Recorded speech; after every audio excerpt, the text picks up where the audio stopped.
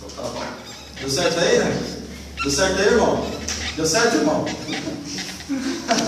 Então vamos lá, deu certo, né? Então vamos lá. Lição 6 agora, irmãos. A parábola do castigo e exílio de Judá. Irmãos, olha, esse negócio aqui, ó. Quem pode ler para mim? Leia o texto do dia aí. Alguém que tem uma voz bem. Lê alto, por favor. Eu quero que ele leia bem alto. Vou até fechar a porta aqui, ó. Já lê bem alto. Lê alto, eu quero que leia alto. Oh, desculpa. Ô, volta, não briga comigo não. Não. Vai lá, vai sair?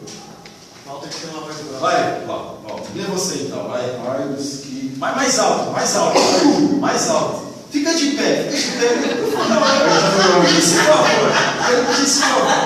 Lê de pé. Parece na câmera aí. Como você vê essa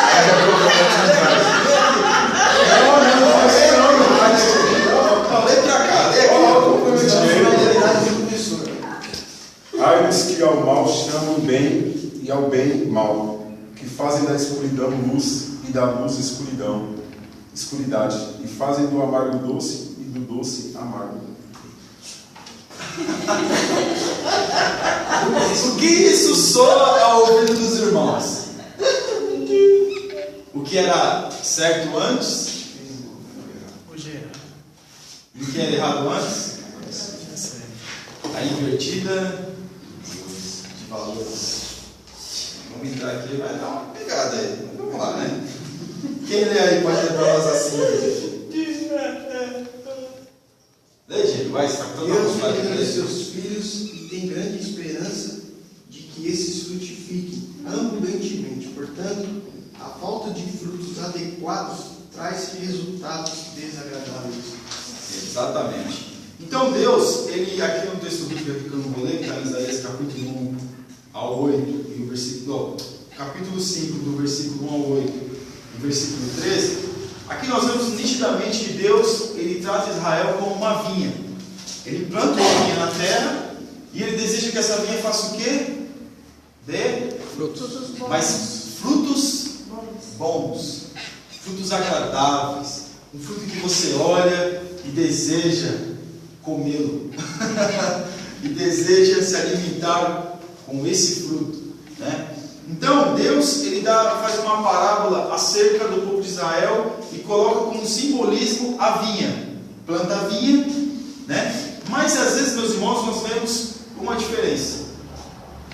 O que você vê quando existe uma plantação, quando você vê que existe vou colocar, a vinha mesmo. Você olha só em cima, né? Mas e a raiz? Você está vendo? Então muitas vezes as pessoas só nos vê por fora, não vê o que está dentro. Mas Deus, ele sabia o que estava em cima, mas ele também sabia o que estava embaixo. Como estava essa raiz? Onde elas tinham se fortalecido? Como ela estava, né, se estabelecendo na terra. E a mesma coisa somos nós. Então, Deus fala da vinha, conhecia o povo por fora, mas também conhecia o povo por dentro. Então aqui a parábola da vinha, Deus cultivou sua vinha. A vinha é uma plantação de uvas, que obviamente são plantadas para produzir resultados ou lucros para o seu dono. Então Deus, ele deseja que nós venhamos dar lucros para Ele. E qual é o lucro que nós podemos dar para Deus? Olhei uma. Os lucros. O lucro. Qual é o lucro que Deus espera que nós demos a Ele? O seu reino. Salvar almas. Exatamente. Salvar almas. Através do nosso testemunho, através daquilo que nós fazemos, da nossa pregação, do nosso testemunho de vida, nosso testemunho mesmo da nossa vida corriqueira, dos livramentos que Deus nos dá. Através disso, Deus salva almas. Então, mas nessa parábola retratada por Isaías, a vinha representa o povo de Israel e mais especificamente o reino de Judá e a cidade de Jerusalém. Então Deus já estava falando lá o povo de Jerusalém, já é o reino aqui, já é o reino do sul. Reino do norte, Samaria, capital Samaria, e reino do sul, capital Jerusalém. Com todos os investimentos que Deus havia feito neles para que produzissem bons e abundantes frutos. A forma como o profeta retrata o cultivo da vinha evoca as técnicas agrícolas primorosas e intenso trabalho. Irmãos, Deus trabalha na nossa vida. A nossa vida aqui é como se fosse a terra, ao qual Deus vai trabalhando, que como quem diz, né, o pessoal, eu não sou do Nordeste, né, mas carpindo lá, né, para tirar o mato, tem jeito que dá chato. Nunca não? Eu não tenho preconceito, mas eu fui de lá assim, mas eu Fui de nunca... lá, né? Mas você conhece muita gente que fez esse trabalho, né? Eu também não tenho. Inclusive minha avó era da roça. Aí, tá vendo? Eu também conheço muita gente que nunca foi, mas conheço muita gente que lá sempre fala isso. E ela tinha que carpir, né? Para poder fazer alguma coisa na terra. Mas Deus, Ele prepara a terra, Ele tira aquilo que está sujo na terra e vai limpando a terra, né, irmão? É assim que funciona, né? Eu não conheço muito não, mas deve ser por aí, né? Eu já vi muito nessa fazenda. Mas você tem que ter mais conhecimento que eu de ouvir falar. Eu ouvi pouco sobre Mas eu isso. já vi. Volta a ter cara aqui, não. Então, o que nós vemos? Deus limpando a terra, tirando aquelas pedras, né? Dando uma limpada na terra, Ele planta a vinha. Deus, Ele limpa a nossa vida e planta a palavra. E o que Ele espera de nós? Que nós demos frutos. Aqui exatamente. O que Deus fala? Deus chama Abraão, pega Abraão, leva Abraão para uma terra que ele não conhece, faz a promessa e planta Abraão numa terra para que pudesse dar frutos e através desses frutos as outras nações pudessem o quê? Vamos dizer assim, seguir ao Deus ao qual os israelitas deveriam dar o exemplo. Mas o que acontece isso? Não. Então, interessante para Deus é o que nós temos que fazer. Deus planta algo na nossa vida, a palavra. E através dessa palavra plantada, nós iremos dar frutos. E frutos abundantes. E aqui vai falar depois até dos frutos desagradáveis, né? Mas o que Deus fala? Deus trabalha a terra, Deus investe na terra. Essa investida que Deus faz na terra é como acho que um agricultor faz, né? Vai lá, no fruto tiver alguma coisa, vai lá e tira, está sempre cuidando, vendo o melhor lugar para se plantar. O que o irmão leu? A questão do semeador. A semente foi jogada em várias terras. Mas qual que deu fruto? Aquela que estava trabalhada, aquela que estava cuidada, aquela que estava apta a receber a palavra. Mas o que nós vemos é que todos nós estamos aptos a receber essa palavra, a receber essa semente. Então Deus planta a semente para que através dessa semente outros povos pudessem ser atraídos por Israel. Irmãos, se a gente for ver Israel no mapa, onde Israel está, ele está bem no centro ali. Ó. Já viram isso no mapa? Israel está bem no centro e tem várias nações em volta. Pode perceber, pode olhar no mapa depois, até no mapa da Bíblia tem. É que não dá para ver no ângulo maior, mas você vai ver, Israel está bem no centro ali. Ó. E tem várias nações, se eu não me engano, a Síria em cima, os babilônios mais para cá, aí vem mais embaixo para eu não lembro, eu sei que os árabes estão mais próximos ali também. Então tem várias nações em volta. Por isso que nós falamos da Guerra dos 100 Dias, foi fácil para eles invadirem, porque praticamente Israel faz fronteira com várias nações ali, né? Várias nações. Então foi fácil para eles invadirem. Então seria também fácil para eles propagar a palavra de Deus. Não vou dizer o Evangelho, porque o Evangelho já vem mais no Novo Testamento, né? A doutrina de Cristo. Mas seria fácil. Então, isso é o que nós temos que honrar. A palavra de Deus na nossa vida. Deus coloca nós em determinados lugares para que a gente venha propagar, venhamos exportar esta palavra, não importar outras coisas, né? Porque o que se faz muito hoje é a igreja está importando as práticas, ao invés de exportar as suas práticas, as suas liturgias, está importando as práticas e as liturgias. Irmãos, sinceramente, não tem nada a ver com a igreja, mas, né? Vamos embora, né? A gente vai ficar só nessa aí. Vamos lá. A escolha do local. O vinhadeiro escolheu um outeiro para plantar sua vinha no lugar de terras muito férteis. Outeiro é um terreno com uma pequena elevação da terra que faz com que de longe se aviste a beleza do lugar. Ou seja, Deus escolheu um lugar privilegiado para a vinha, querendo que ela fosse reconhecida pelo capricho do vinhadeiro, pela beleza de sua organização e, consequentemente, pelas abundantes colheitas.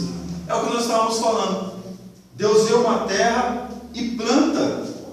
Aqui está falando do vinhadeiro, né? Ele planta. Mas para que dê o quê? Para que todos possam ver a beleza da plantação. Alguém já viu uma plantação de uva, né? Em Israel, algumas plantações, você já viu que é meio que no morro? Algumas são no morro, assim, né? Já viu isso aí? me animou. E aqui provavelmente também não está muito longe não. Está falando de pequena elevação da terra, então provavelmente era mais ou menos isso. Então nós vemos ali que Deus ele escolhe o melhor lugar para plantar, e no lugar alto, onde que todos pudessem ver. Então Deus faz tudo isso para que a palavra pudesse ser propagada, o testemunho de Israel fosse propagado. Alguém quer perguntar alguma coisa? Eu quero falar uma coisa aqui no final. Eu estou dando uma explanação aqui, no final, né? Mas não saia não, viu, irmão? Deus plantou as melhores mudas. Então nós vemos, eu não vou ler aqui, Deus ele faz investimento e planta as melhores mudas. Irmãos, o que nós temos na palavra de Deus é o melhor. É tudo aquilo que tem na palavra de Deus é o que serve para nós. É o melhor. É o melhor que ele pôde extrair do intelecto humano através do seu Espírito Santo, né? Que deu toda a sabedoria para o homem pudesse escrever. É o melhor do homem. A palavra de Deus, meus irmãos, é o melhor de Deus, claro, para com o homem, vamos dizer assim. Mas é o melhor que Deus pudesse só homem para poder escrever acerca disso. Será que um homem, no seu sentido racional, escreveria uma palavra, a Bíblia, com vários livros, com vários autores, com várias épocas diferentes, dependendo até algumas culturas que mudam relacionadas à época? Será que ele poderia escrever uma coisa tão inteligente, uma coisa tão sábia quanto essa, e de fácil compreensão e entendimento para nós? Não. Porque hoje nós temos até coisas inteligentes. Se você for ler um livro de filosofia aí, entendeu? Até uma coisa muito inteligente, mas quem consegue entender? Na sua complexidade, quem consegue entender? Você tem que estudar o autor, você tem que saber do autor, mas mesmo assim você ainda não consegue entender. As palavras são diferentes, as palavras difíceis, né? Então, mas a Bíblia não. A Bíblia, lógico, tem livros mais difíceis de compreensão, você tem que ter mais uma dedicação maior. Mas, se a gente orar e pedir a Deus, automaticamente o Espírito Santo de Deus vai nos revelando, vai nos ajudando a compreender e a entender a palavra. Até esses livros que são escritos, como no caso do exemplo de filosofias, chega até a ser compreensível para alguns estudiosos. Você estuda, busca conhecimento e compreende. Está falando ali é só coisa relacionada à espiritualidade, ou seja, só o Espírito Santo vem e nos ensina o verdadeiro significado. Está escrito, porque ler como um livro normal, você pode ler, reler, não vai entender. Ler não vai entender enquanto você não for humilde. Exatamente. A humildade aqui também já até faz, como o irmão lembrou bem, como volta, faz parte também da nossa vida. Porque a gente fala, se eu for ler com a minha própria mente, a minha própria compreensão, talvez eu não entenda e não compreenda. Mas é por isso que eu tenho que falar, não, Jesus, me ajuda, eu sou pequeno, e faz uma oração de humildade. Então, Deus, Ele escolhe, né, as pessoas, Ele prepara as pessoas, Ele investe nas pessoas, e Ele investiu para que todos os homens que escrevessem acerca da palavra de Deus, a palavra de Deus pudesse ser escrita, e você vê que tem toda hora tem uma concordância. O Antigo Testamento concorda com o Novo Testamento. Não sai nada fora. Muitos que falam que sai fora, mas não sai. Você pegar a Bíblia e ler ela de capa a capa, e pensar, e ler pensando, não ler como qualquer livro, mas ler, né? Só pelo lado literal. Mas simbolismo. Tem simbolismo, mas o simbolismo também tem as suas revelações. E casa, assim, vamos dizer, casar, né? Casa com as outras coisas. Eu li um livro que ele falava que tem uma parte de Daniel que fala que a Bíblia não pode ser modificada. Aí ele compara Daniel com João que escreveu lá em Apocalipse, que a Bíblia também não pode ser modificada. Aí é interessante, né? Se você olhar, são diferenças muito grandes de data, né? E como é que pode? Lá no começo, no final, eles falam a mesma coisa. Aí tipo, é impressionante, só Deus pode falar isso. É uma coisa extraordinária. O que Deus fala em Gênesis acerca da serpente, vai falar da serpente em Apocalipse. É verdade. Então, vamos dizer assim, essa distância, para Deus, meus irmãos, é como se fosse uma hora só. É nós que somos presos ao tempo. Ou melhor, como os profetas falam de Jesus, que nem em Gênesis já fala de Jesus. Aí a gente pergunta, como é que eles vão falar de Jesus se eles não conheceram? Quem fala de Jesus? Jó fala de Jesus. Jó fala. Capítulo 19 diz o quê? Que o Redentor, ele vive, em breve ele se vai se manifestará. Então, o que nós vemos aqui? É um Deus, a Bíblia toda, meus irmãos, é bom até lembrar de Jesus. A Bíblia toda fala de Jesus. Toda a Bíblia ela fala de Jesus. A serpente no deserto. Irmãos, então eles querem modificar, e por isso que fala que Deus escolhe o local. Deus escolheu os homens certos, que pudessem ter a espiritualidade certa, exatamente naquele nível, para poder escrever a Bíblia. Agora uma dúvida. Você falou da semente, certo? Era isso que eu queria saber. Assim, é nós que escolhemos a Deus ou é Deus que escolhe cada um de nós? Na verdade, irmãos, Deus ele dá a oportunidade para que todos nós pudermos chegar ao arrependimento. Essa é a minha opinião. Alguns interpretam assim, que Deus escolhe, porque aí cai na linha da teologia da predestinação. Eu não acredito nisso, irmãos. Eu não acredito que Deus ele vai morrer, Jesus vai morrer na cruz do Calvário, Jesus vai falar que é um mundo, né, todo, e mesmo assim ele sabe, irmãos, ele sabe porque ele é onisciente, onipotente, onipresente, então ele sabe tudo, ele sabe quem vai para o céu ou para o inferno. Só que não cabe a nós, entendeu? Querermos saber. Eu estou salvo mesmo, então eu posso fazer o que eu quiser. Mas aí foi para o inferno. Não, é porque esse não era de salvação.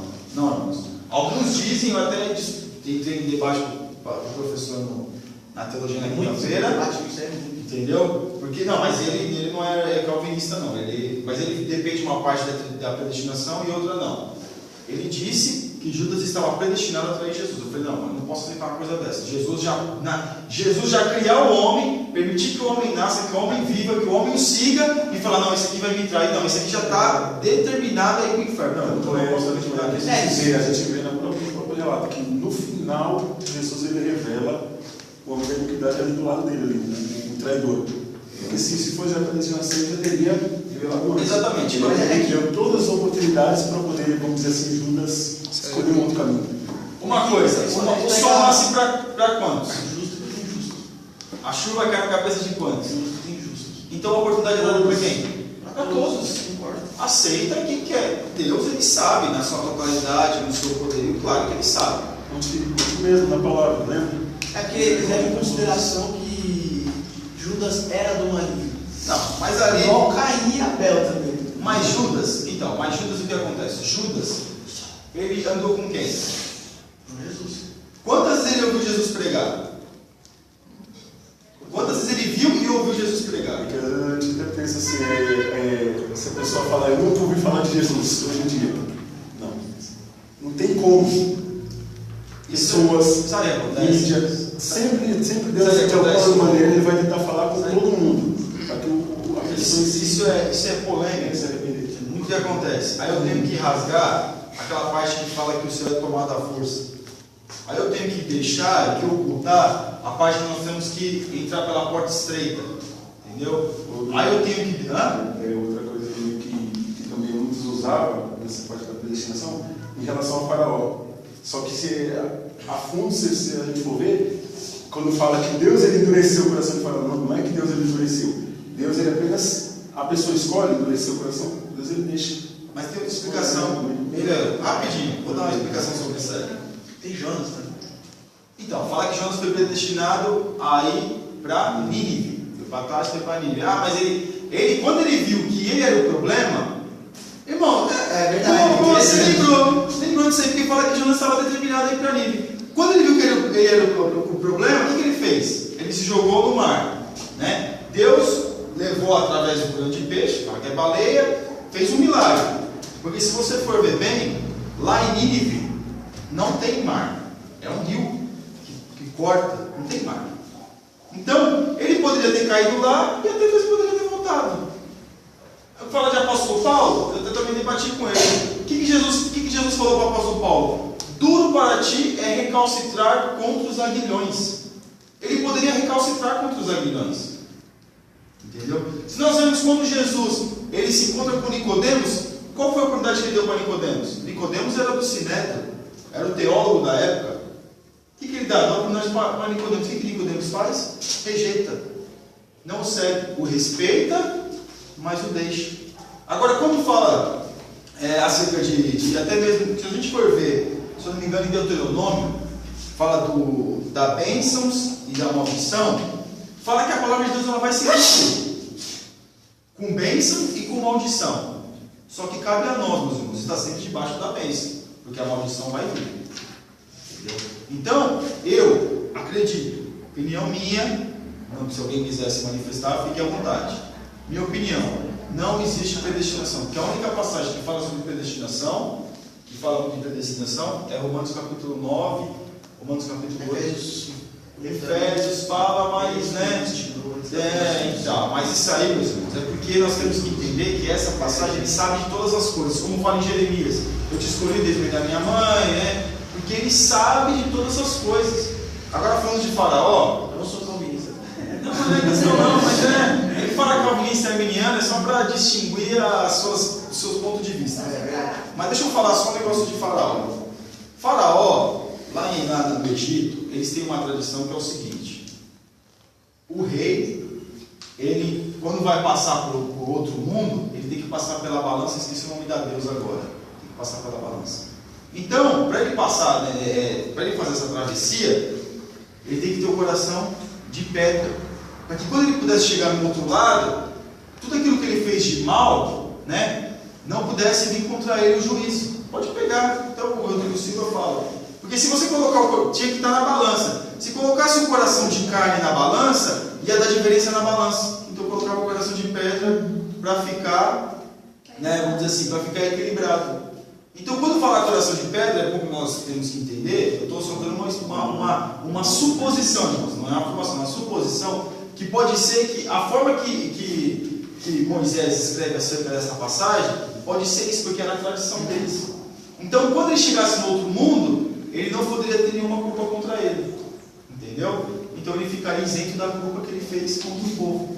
Então, por isso que eu vou fazer isso, porque quando Deus endurece o coração do Faraó, vem várias coisas contra Israel, não vem? Contra o Egito, quer dizer, vem várias pragas. E depois, lá na frente, acontece de novo, Deus endurecendo o coração de Faraó, e Faraó indo atrás do povo de Israel. Essas coisas más. Isso, irmãos, é uma suposição, mas, meu Deus, tem como a gente subir 11 horas, pode ser? Só para a gente fechar essa parte, tem coisa boa no final. Vamos lá, não é festa não, irmão, não estou preparando uma festa não, a palavra mesmo. Na parte 3 aqui, nós falamos, né? Deus plantou as melhores mudas. Então Deus, ele investiu na terra, como nós falamos. E no tópico 2, Deus cuidou e esperou coisas boas da vinha. Então, ele, aqui na parte 1, ele afofou a terra e tirou as pedras. É como nós estávamos falando, não precisa ler. Como nós estávamos falando, Deus pega na terra, vê naquela terra, né, vários problemas, mas vê uma terra boa para poder plantar. O que Deus faz? Deus limpa a terra, Deus afofa a terra. Aqui não existia adubo ainda, né? Alguns até falam que o adubo poderia até ser o esterco de vaca, né? Pudesse adubar, mas nesse eu acho que nem precisava, porque a terra não estava nem tão contaminada assim, que ele precisava desse adubo. Mas, o que acontece? Deus vai, prepara a terra, esperando frutos bons. Porque o que Deus faz conosco? Deus investe em nós sempre esperando uma coisa boa da nossa parte. Sempre esperando que nós devemos o Evangelho, devemos, principalmente dar bom testemunho, irmãos. Às vezes pregar a palavra, acho que já falei sobre isso aqui, não é apenas falar. Pregar a palavra nós pregamos com o nosso testemunho. Quantas pessoas nos veem e quantas pessoas nos ouvem? Quem vê mais e quem ouve mais? Mais as pessoas nos veem ou mais as pessoas nos ouvem? Acho que a melhor maneira que você é o seu testemunho, a sua maneira de ser. Maneira de ser, às vezes com a boca fechada, né? Então, porque o falar a palavra, meus irmãos, é apenas vamos não vou dizer concordância, mas eu acho que é a entrada final para que aquela pessoa possa aceitar a Cristo. E às vezes ela pode aceitar a Cristo apenas com o nosso testemunho. Então, o interessante para o povo de Israel era dar um bom testemunho. Mas como, irmãos, alguém vai dar um bom testemunho acerca do Deus que serve, sendo que está adorando os deuses das outras nações? É a mesma coisa nossa. Como é que a gente vai poder falar do Evangelho para outras pessoas que são mundanas, assim, que estão no mundo terrível, no mundo perverso, sendo que de repente nós concordamos e praticamos com essas práticas, fazendo tudo aquilo que eles fazem, importamos as suas, vamos dizer assim, o seu jeito de ser, o seu jeito de viver para a nossa vida. Então que diferença que vai ter? Qual que é a diferença? Nenhuma. O irmão queria falar alguma coisa, irmão? Não deixa eu falar. Quer falar agora, irmão? Não, já passou. Já passou? Mas foi explicado? Não, foi explicado. Então, assim, aí o que acontece? Qual é a diferença? A gente fica igual às outras terras. Até dá bons frutos, mas quando cresce, é agradável? Porque, meus irmãos, a gente vai acabar amadurecendo em alguma área, principalmente jovens. Eu também, jovem, muito jovem ainda, acaba amadurecendo em alguma área. Ou você amadurece para coisas boas, ou amadurece para coisas ruins. Mas é bom que nesse percurso aí a gente venha, né, mudar e venha, né, começar a amadurecer para coisas boas.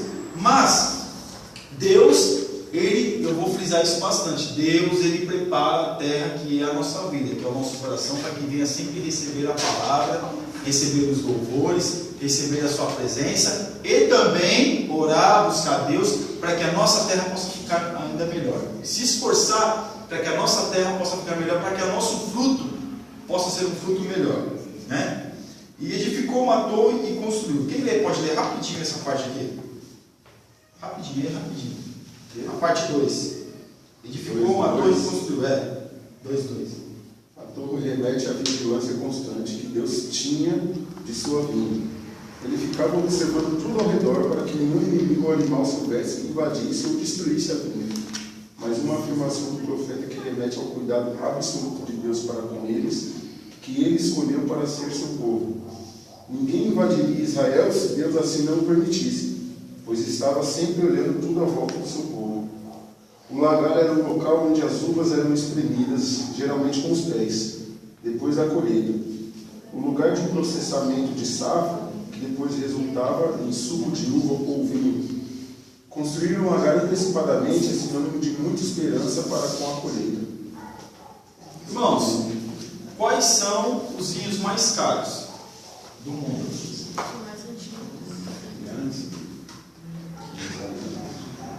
São francês ou italiano, tudo assim, né? Mas é qualquer terra que eles plantam? Irmãos, é totalmente restrito. Até para você chegar nessa propriedade tem que tomar cuidado e não pode pisar, às vezes até nem com qualquer sapato. Tem uns que acho que não usa nem bota, porque a terra é tão preparada que não pode usar, né, irmãos? Não sei, é que eu ouvi pouco sobre isso. Que dependendo, você tem lugares que não pode nem filmar. Tem propriedades que eles não podem filmar. Quando ele entra, ele já entra logo na vinícola, que fala, né? Na vinícola lá, e filma lá dentro os barris, né? E ali o cara toma o vinho, experimenta, ou é bom, é legal, mas a propriedade eles não podem nem filmar.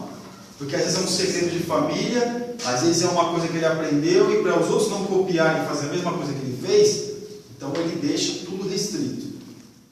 Então, os mais caros, os vinhos mais caros são aqueles mais trabalhados. A uva não é qualquer uva. Então, as uvas mais trabalhadas, uma terra melhor para poder plantar. Isso eu estou dando uma explicação porque eu quero voltar aqui acerca dos animais, né? E Deus, que a torre remete à vigilância constante que Deus tinha de sua vinha. Ele ficava observando tudo ao redor para que nenhum inimigo ou animal soubesse invadir ou destruísse a vinha, né? Eu dei essa explicação no final, mas agora eu quero falar sobre isso. O que seria isso? Irmãos, vários povos queriam invadir Israel. Sempre outros povos, principalmente os filisteus, sempre queriam ter o domínio sobre Israel. Mas Israel sempre teve o livramento de Deus. Sempre Deus livrou Israel de vários livramentos. Quer ver uma coisa? Quando a Síria invade Samaria, ou seja, Israel, o reino do norte, ele invade, né, leva cativo. Só que ele também quer invadir o reino do sul. Ele quer invadir o reino de Judá. E nós vemos que Deus deu livramentos para eles. Vários livramentos para eles. Mas chegou um certo momento que teria que vir o juízo por causa do seu pecado, da sua iniquidade, né? E da sua, vamos dizer assim, da sua displicência acerca das coisas de Deus. Então Deus, Ele sempre vai nos dar um livramento para a nossa vida. Quer ver uma coisa? Você vê uma pessoa na igreja, a pessoa está crente, está firme, e as pessoas estão sempre avisando para ela: irmão, toma cuidado, vigia. Não, eu sei, não sei o que, não, eu vou mudar. Irmão, aí você vê que a pessoa está se afundando, é que nem aquela coisa, um abismo chama outro abismo. Tem uma hora, irmão, que vai vir o juízo mesmo. Não tem jeito. E ela vai sofrer aquilo que ela mesma está procurando. Então Deus, Ele nos dá todas as oportunidades que a gente possa obter nessa vida. Só que quem escolhe? Somos nós ou não? Somos nós, porque só depende de nós. E aqui só dependia deles. Mas o que eles fazem? eles rejeitam. Então Deus, ele joga os animais, que poderiam ser as outras nações, ele limpa a terra, aquelas mazelas que tinham na terra, de repente outros deuses. Em Siquém, quando Abraão se estabelece em Siquém, ali, meus irmãos, existiam vários idólatras, mas Deus vai limpando ali, e Deus faz, Abraão faz uma grande nação através de Abraão. Depois nós vemos que são netos de Jacó, ele desce até o Egito, fica no Egito 400 anos, alguns dizem que é menos, outros dizem que é 400, Estevão fala que é 430. Mas, o que nós vemos? Deus preparando a terra, Deus limpando a terra, Deus, tentando, que nem aquela coisa, o anjo acampa ao redor, ao nosso derredor. Aí, mas tem uma hora, meus irmãos, que não tem como. A pessoa quer aquilo, a nação quer aquilo, o que Deus vai fazer? Não tem como, porque nós temos, eu acredito no livre-arbítrio, a pessoa pode escolher o que ela quer da sua vida, Mas, na parte 3 aqui, a esperança... Eles colhem o que plantam, Então, exatamente, a gente planta, se você planta maçã, você quer o quê? Colher o quê? Vai querer colher abacaxi? Melancia? Não, irmão, se você plantou maçã, você vai colher maçã. Não tem jeito. Você vai colher tempestade. Exatamente. E a esperança de Deus. A maioria das acusações, eu vou ler a última página, a maioria das acusações pecaminosas que Deus faz ao povo se refere aos relacionamentos interpessoais, pois ele busca através do seu trabalho de amor que o povo respeite e ame o seu próximo, mas isso não estava mais acontecendo. Então, Deus, ele, como nós falamos no começo, ele dá as leis, dá as diretrizes, dá o Espírito Santo também, porque através do Espírito Santo, usando os profetas, para poder consolar e exortar o povo, Deus dá todas as oportunidades. Mas o que estava acontecendo? Ou seja, mas isso não estava mais acontecendo, ou seja, eles não estavam mais ouvindo a palavra de Deus. Porque em certo momento, pode perceber, irmãos, na época dos juízes, que foi uma época mais terrível, o povo estava bem. Aí vinha lá uma nação para afligir eles, o que acontecia? Eles ficavam mal, e aí eles clamavam a Deus, bem assim, bem financeiramente, não queria saber de Deus. Aí quando vinha uma nação para fazer qualquer coisa contra eles clamavam a Deus, Deus dava o livramento. Na época dos reis, um rei bom, um rei ruim, um rei bom, 3 reis ruins, aí um mais ou menos, aí 4 reis ruins, aí o que? Fica naquele, vamos dizer assim, naquele nível e desnível, fica uma vez está lá em cima, outra vez está lá embaixo, mas chega um momento que eles não estavam tendo mais a visão que eles deveriam ter. Então isso, o que acontece? Isso prejudica eles, e a esperança de Deus, e do profeta era que através da mensagem eles pudessem se arrepender.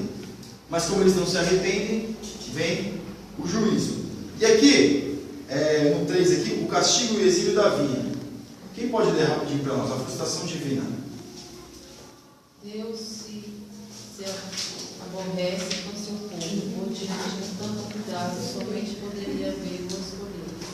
Ele mesmo disse que fez tudo pela vinha. Isaías 5, versículo 4.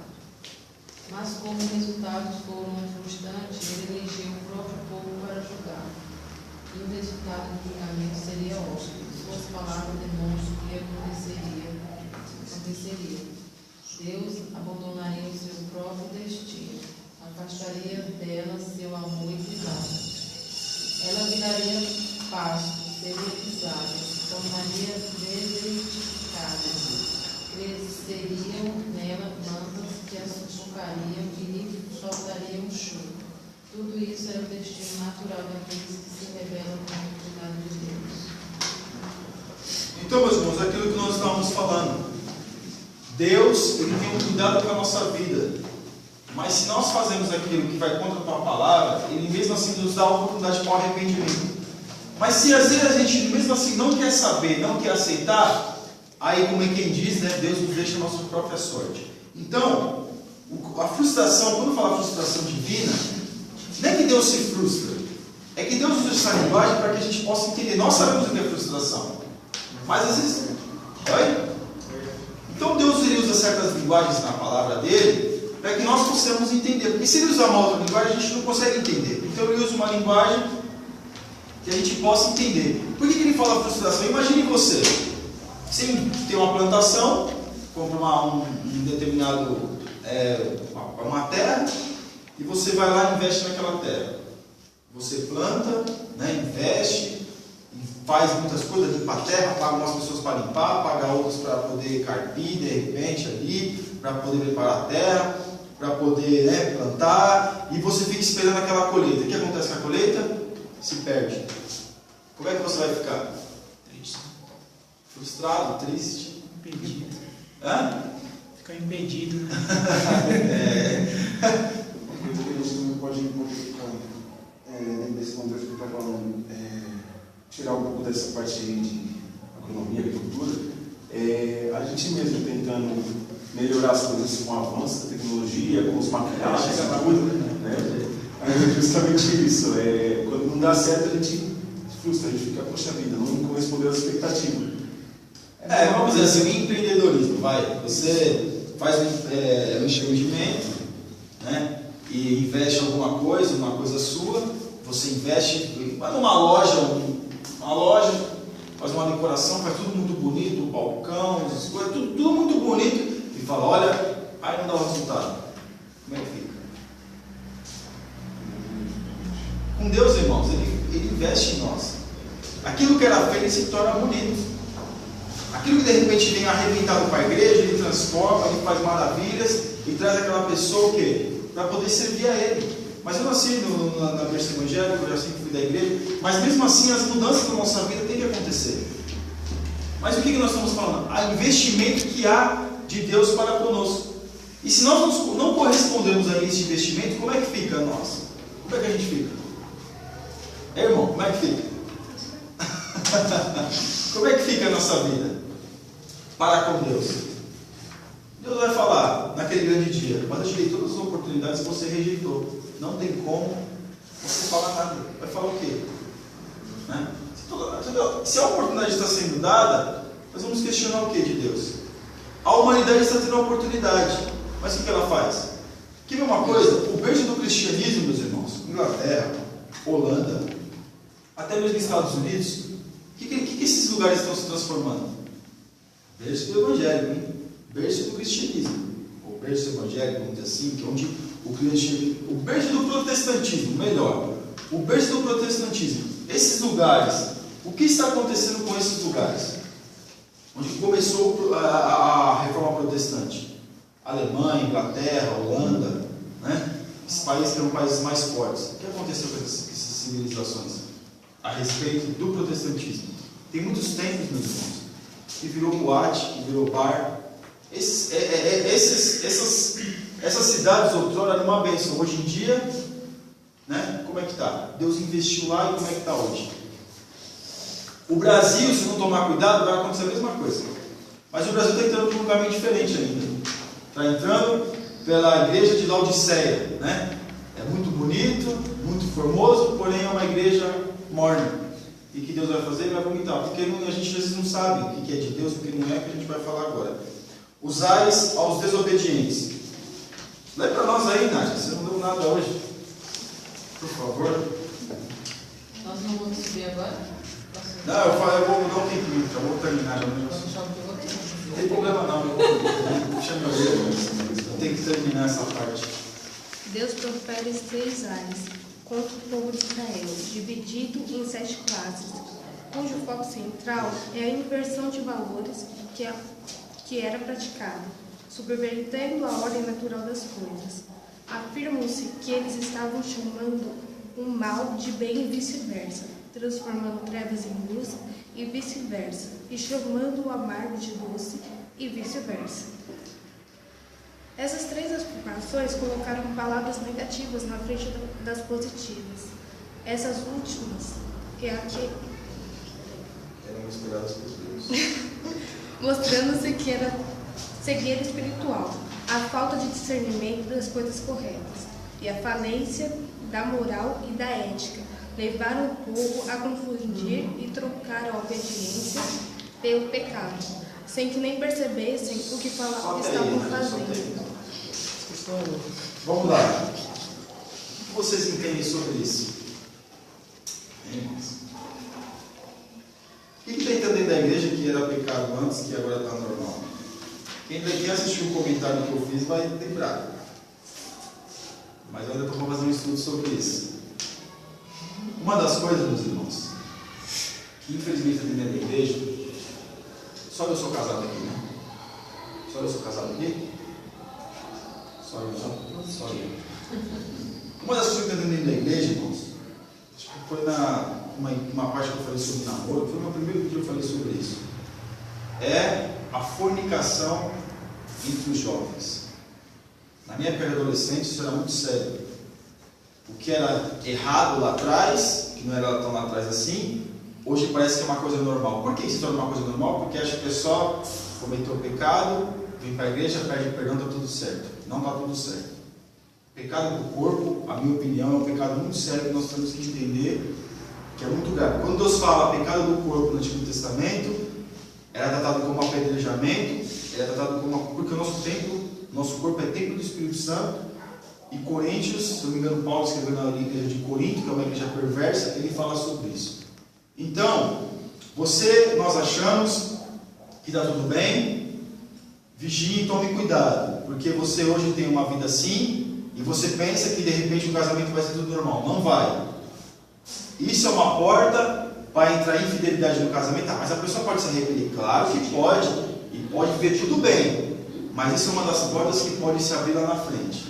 Então, uma das coisas, meus irmãos, que lá atrás era errado, que hoje parece que é certo. Já fiquei sabendo que tem jovens dentro da igreja, aqui não sei, mas que levam as suas namoradas para o motel. Normal. É que nós estamos falando, questão de valores. Uma coisa muito séria que tem dentro da igreja é a tatuagem. Crente fazendo tatuagem. Crente fazendo tatuagem. Vocês sabem disso? Já ouviu falar disso? Crente fazendo tatuagem. Isso é uma coisa do inferno. Porque o homem não tem direito de fazer marcação no seu corpo. Quem fazer marcação no corpo é escravo. Né? Na época da escravidão, o que eles faziam com os escravos? Marcavam aquele escravo. Porque quando ele fosse encontrado em algum lugar, fosse fugir, eles puxavam a camisa ou alguma parte do corpo e estava lá a marca do brasão da família, ou alguma coisa, né? Se de repente fosse vendido, marcava em outro lugar. Mas, isso está entrando dentro das igrejas.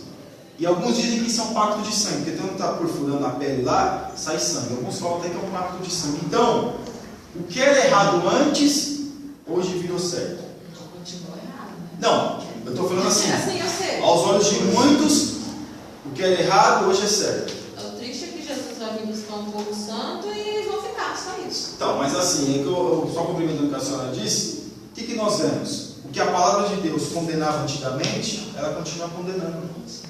Quem muda somos nós. A palavra de Deus muda. E quem transmite a palavra está mudando a mensagem. Está querendo dizer que isso é uma coisa normal. Quem inventou isso aí, meus irmãos? Foi uma determinada denominação que fala lá que na coxa de Jesus está escrito Rei dos Reis e Senhor dos Senhores. E todo mundo achou isso, né? Meu Deus, onde já se viu uma coisa dessa? E essas igrejas que estão criticando estão aderindo a essa prática. Porque falando que Jesus tem tatuagem, porque na sua coxa está escrito Rei dos Reis e Senhor dos Senhores em Apocalipse. Irmãos, isso é ridículo. Tem discussão, tem que ser um contexto. Eu não tenho o que falar sobre isso. Eu acho que se eu usar qualquer expressão vai ser pouca para poder expressar a minha indignação relacionada a isso. Mas o que eu quero dizer, irmãos, isso está entrando em algumas denominações e eu não vou achar muito longe de ser alguns do ministério que são mais conservadores, que eu acho um dos mais conservadores é o Belém ainda. Alguns já estão abrindo um pouquinho mais, mas o Belém ainda consegue ser. E não se espantem se porventura vocês se não ouviram ainda, vão ouvir acerca de uma pessoa que tiver uma grande ideia dessa. Falar, a pessoa lá no fulano de tal e tal está fazendo isso. Porque antes, na minha época de juventude, né, o que eles faziam? O que os jovens faziam? Estava com vontade de fazer alguma coisa, sabe o que fazia? Sabe? Alguém pode me dizer o que eles faziam? Quando estava na igreja, estava com vontade de fazer alguma coisa que era errado dentro da igreja, mas não podia fazer dentro da igreja, sabe o que eles faziam? Saía da igreja, fazia e depois voltava. Era assim. Eu acho que eu sou mais velho aqui, né? Não, irmão também está no mesmo parâmetro. Mas, irmãos, eles faziam isso. Estava com vontade de fornicar, de fazer alguma coisa errada, fazer uma tatuagem, saía da igreja, fazia o que tinha que fazer e depois voltava para a igreja. Era assim ou não, irmão? Teve uma Acontecia época. muito, acontecia Hã? muito isso aí. Acontece muito. E ainda Acontece, acontece, né? Não, acontece. Mas hoje, não sai mais da igreja. Continua na igreja, faz o que tem que fazer e acha que está tudo bem, pede perdão, está tudo certo. Não, aqui, já pedi perdão. Tomemos cuidado, irmãos.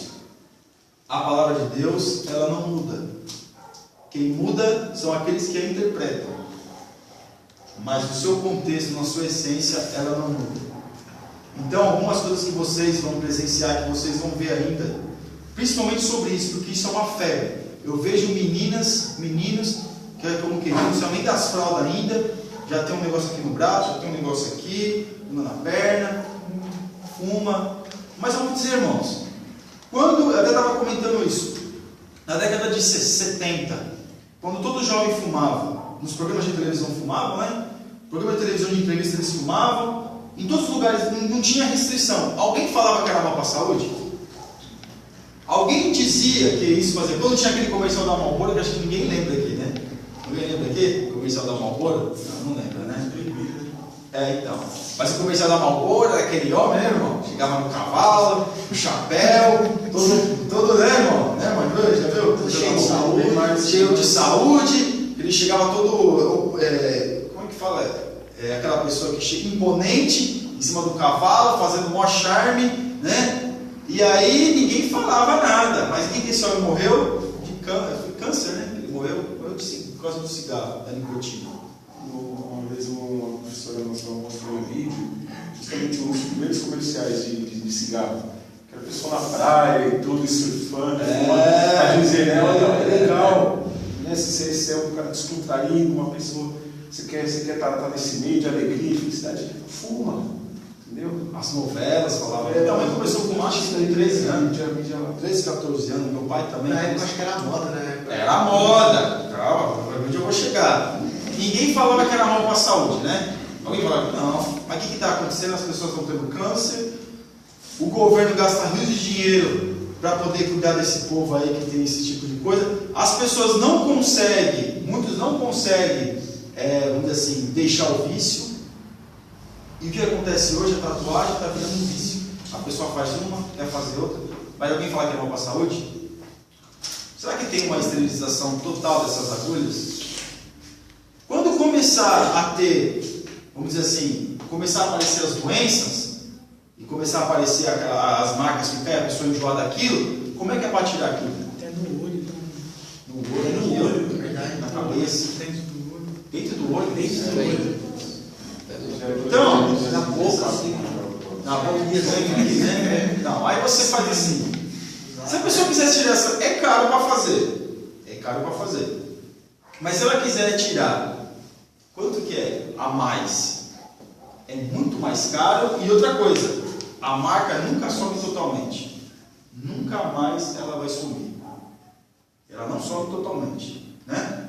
Ela não some. Porque as pessoas às vezes tá amando a namorada amando a namorada, aqueles amores, aí faz a tatuagem, né? Unidos para sempre, né? Eu te amo. Aí depois, né? Vigia, irmão. Aí depois não dá certo, então quem não sei. Aí de repente as pessoas que lá fora não dá certo, aí quer apagar esse idiota, quer cortar o braço, aí tira lá. Mas eu estou fazendo uma coisa, estou dando apenas um exemplo, né? Assim, no nosso dia a dia. Mas imagine isso para Deus. Como é que Deus está vendo isso? Então, o que eu estou querendo dizer, irmãos, é que pensava, né? Aquilo que era mal, chamam bem. Aquilo que era mal antigamente, chamam bem. E aquilo que era bem, chamam mal. Desculpa aí, Marcos. Estou só concluindo Você aqui. idolatria, né, mano? Idolatria. Só estou concluindo aqui. Só. Pede perdão.